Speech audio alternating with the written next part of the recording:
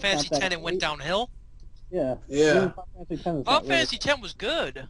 No, it's like, Yeah, it was okay. It had I its guess. problem. It had its problem. Final Fantasy X is okay. Final Fantasy X-2, now that raises the question of quality. X 10 times 10 times 2, yeah, that's bad.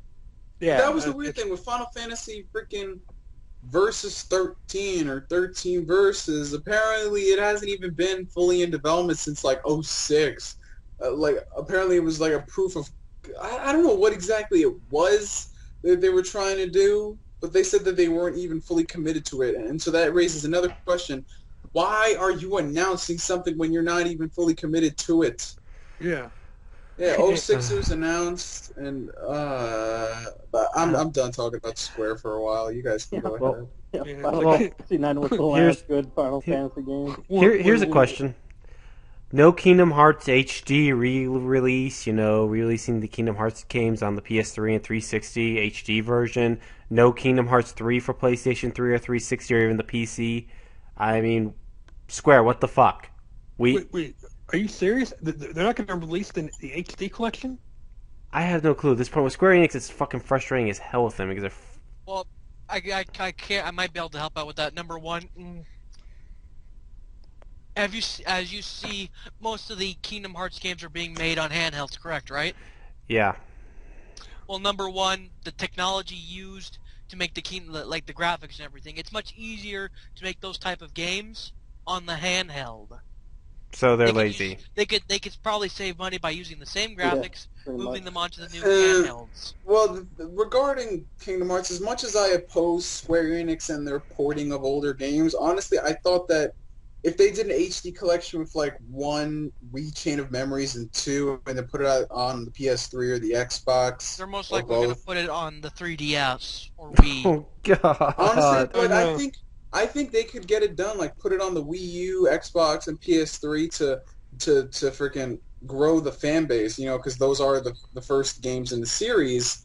But the thing is, it's like you could time this so perfectly. It's the 10th anniversary. What the heck? People, diehard fans, are probably going to buy it just because it's Kingdom Hearts, me and myself included. But if you're not going to take advantage of this opportunity to get instant moolah, irrelevant.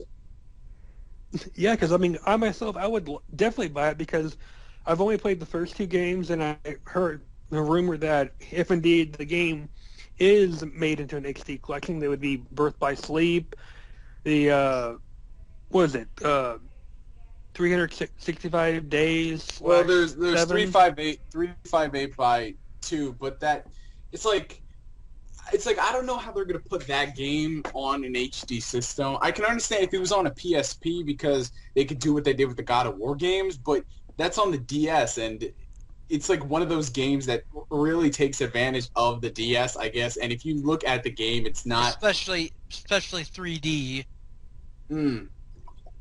Like how when you're on the Three Musketeers world and everything. Mm-hmm. Oh, yeah, and like I could see if like let's just say Kingdom Hearts Dream Drop Distance was like 3DS/PSP compatible. I could see them porting the PSP version onto PS3 with Birth by Sleep, but Square, they done goofed. Mm-hmm. Square, yeah. They've been assholes for a long time. And then there's the DLC. I mean, they went overboard with DLC for... Every company does that, though. That's the thing. Everyone's doing DLC now. So they can milk it. Well, it's not simply the fact that they're doing DLC. I actually kept track of the DLC. Granted, I'm guilty of buying the DLC for 13.2, but, I bought all of it. And I looked up... I actually tallied the cost, and DLC alone would be the same retail price for the game, $60. Are you serious? For all of it. For all the DLC, it would be $60. Now, I haven't really been keeping up to date with Final Fantasy 13-2's DLC. I've just mainly been playing the story. But I know they had costume packs, and there was like extra episodes or something. Like what was it? Yeah, there's a snow episode. Well, it's not so much an episode. I mean, it's not a story. It's basically him in the Coliseum and Noel and Sarah. They're in there. Sarah is reluctant to fight. No, wait. Snow is reluctant to fight Sarah because he loves her, and he's like, I don't want to fight her. And she's like, well, let me show you how strong I've gotten. I want to show you that I've proved myself or something like that. It's like, okay. And, it's like that. Then there's Lightning, which I found rather ironic in not to bash Stormstink's little brother, that his little commentary on Square Enix saying saying that Lightning was not even in the game. It's like, I wanted to play as Lightning and 13.2, and you guys didn't deliver. I go, back up. Lightning can be played at the start of the game. She can be played as a DLC in the Coliseum, where you can unlock her with her lieutenant. And she's also in the episode Requiem of a Goddess, where once you complete that episode, you can unlock her. So yeah, two additional Lightning characters. One from the classic 13, and then one from 13.2. Where so that's bull. But now it's those episodes, additional monster. Well, no, not monsters. One's a monster. I haven't kept track of the history of the enemies, but some old foes from the first 13 can be unlocked once you beat them. And that's the typical thing. If you beat them at least once with a 5-star rating, no, it does not unlock. You got to play it over and over and over, and it's like a roulette or something. Like you got to time it or something. Like hope that you unlock roulette. it. Yeah, Russian roulette. There's no guarantee. You could play it like 15 times, 20 times, and it'll unlock. I mean, I forgot how many times it took me to actually beat, not beat, but unlock Lightning from the Coliseum. That's frustrating right there. But 13.2 does have its positives. Well, Anyone ever played Final Fantasy 14? No. Barely any people realize that there is a 14 game out, but it's mostly an MMO. and it was horrible. Ew. Yeah, they tried that with 11. Talk about getting screwed over big time. Didn't Square Enix actually apologize for making that game? Numerous times, and it's still not enough for releasing a game that should have been in development for another year. They pulled a Joel Schumacher. I think they pulled. Not only did they apologize, but I believe they actually made the game available for free. Not free. Well, you buy the game. Yeah, it's up to a certain level. It's up to a certain level. It's kind of like WoW now. It's free up to like level 20 or whatever. Then you can pay. Oh, so it's not like DC Universe Online where. No. Well, anyways, if everyone here is looking for a good game to play that's challenging as hell, Dark Souls and Demon Souls, play those. They're challenging. They're good, but they're not impossible. Yeah, I know, but they're fun as fuck to play. Yeah, of course. Yeah, I can't wait. If anyone wants a challenge, try to beat Sephiroth on Kingdom Hearts 1 and 2. What? Man, He's not that tough to beat. Oh, it's tough to beat Sephiroth. In the beginning, if you're low, it is, but when you get higher up, he's actually kind of easy to beat. Yup. Are you kidding? I mean, when it comes to Sephiroth from Final Fantasy VII, I beat him the first time I tried. And Sephiroth and Crisis Core was easy to beat. 7 is a pushover. Anyone played Crisis Core by any chance? Oh yeah, I Yes, played I it. have. I loved it. Hey, Manoftomorrow, how far did you get in when you played Final Fantasy VII for the PlayStation 1? Did you ever beat the 2 American weapons, the Ruby and Emerald? Ruby and Yeah, I have. shoot. It's pretty easy. It's been wait. Ruby and Emerald. They're the 2 American. Yeah, it's the 2 weapons. Yeah. Oh, with the they optional were. bosses to get the Oh, gold chocobo and oh, the master. you're talking about what? One of them was out in the sand, and Yeah, another was underwater. yep. No, Yeah. I did not. I've actually beaten both of them. What level were you at? Do you remember? Probably max Oh, 99. because I was actually I think I was at level somewhere between the 40s and 50s. If you get the the Knights of the Round, it's real easy. Okay. And mine material. Easy as hell.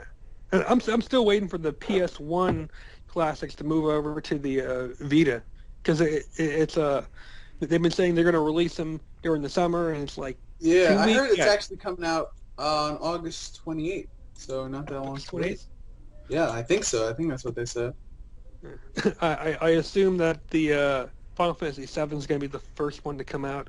Well, I heard that it's not going to be all of them at once. They're going to be releasing them gradually to make sure that there's no glitches or problems. Yeah, Gamescom is currently going on. Oh shit! What the hell? Hmm? Oh no, I was on Sony's website and they started playing a trailer for one of their games, and I was creeped the fuck out. It's just like, "How you, boy?" And I'm like, "You talking to me?" Yeah, they announced a bunch of new stuff, but we can save that for another discussion. So I think we've talked for the most part about companies screwing people over. Want to move on to the next topic? Sure. Okay. You said you wanted to talk about a new Batman series coming out, or Oh, the Batman Earth 1 graphic novel? yeah. Yeah, it's like... Yeah, I recently got it a couple of weeks ago. I've been reading it. And it's pretty good, in my opinion. Well, it surprised me in some parts. Like, Alfred actually whooping Bruce Wayne's ass in a fight. Like, he schooled Bruce Wayne. And he's... Oh yeah, Oh, Alfred. yeah, and let's not forget Gordon actually getting punched in the nose. I did not even see that coming, like, because I'm thinking of Gordon and Batman from the past. They've always had this good side. They're at an understanding with each other. They're trying to clean up Gotham, and then out of nowhere, bam, and in the next panel you've got the crew cracking jokes at Gordon's expense of getting his nose busted. Because he's the goddamn Batman. Dun, dun, dun. Ah. The one thing I didn't get was what's up with the actor character. I mean, was that supposed to be their version of, I don't know, Harvey Dent? The which character? Oh, the guy who transferred to Gotham and That guy. yeah, he was some big actor guy. Oh yeah. And I he think actually, so. I thought he was going to end up becoming Two-Face. I thought this was leading into something. But I don't know. For me, Batman Earth 1, I mean, it's an interesting read. I mean, I'd recommend people check it out. But it felt kind of disappointing. Like, it left me wanting more, wanting to care more for these characters. Because really, it was over so fast. I finished it in less than half an hour. I'm like, really? That's it? I don't know. Just felt like there was like a part 2 somewhere that needed to be told. so speaking of part 2, well, any news on this whole Earth 2 for Superman? I think it's going to be out next month. I'm not sure. I have yet to read Superman Earth 1, but I heard it was actually pretty good. Oh yeah, it's definitely good. I mean, I actually loved it. The only thing that's really, well, it's a good retelling. My only complaint at the time when I actually reviewed it was that it came out a couple of weeks after Secret Origins was wrapped up with Geoff Johns. And I'm like, Oh, yeah. I'm There like, was really? there are too many retellings of Superman. There's Superman, Secret Identity, and Secret Origin, Earth 1. My God. Oh yeah, it's the guy. I still have the individual books for Secret Origin. Mm. Yeah, it's like the only thing that really intrigues me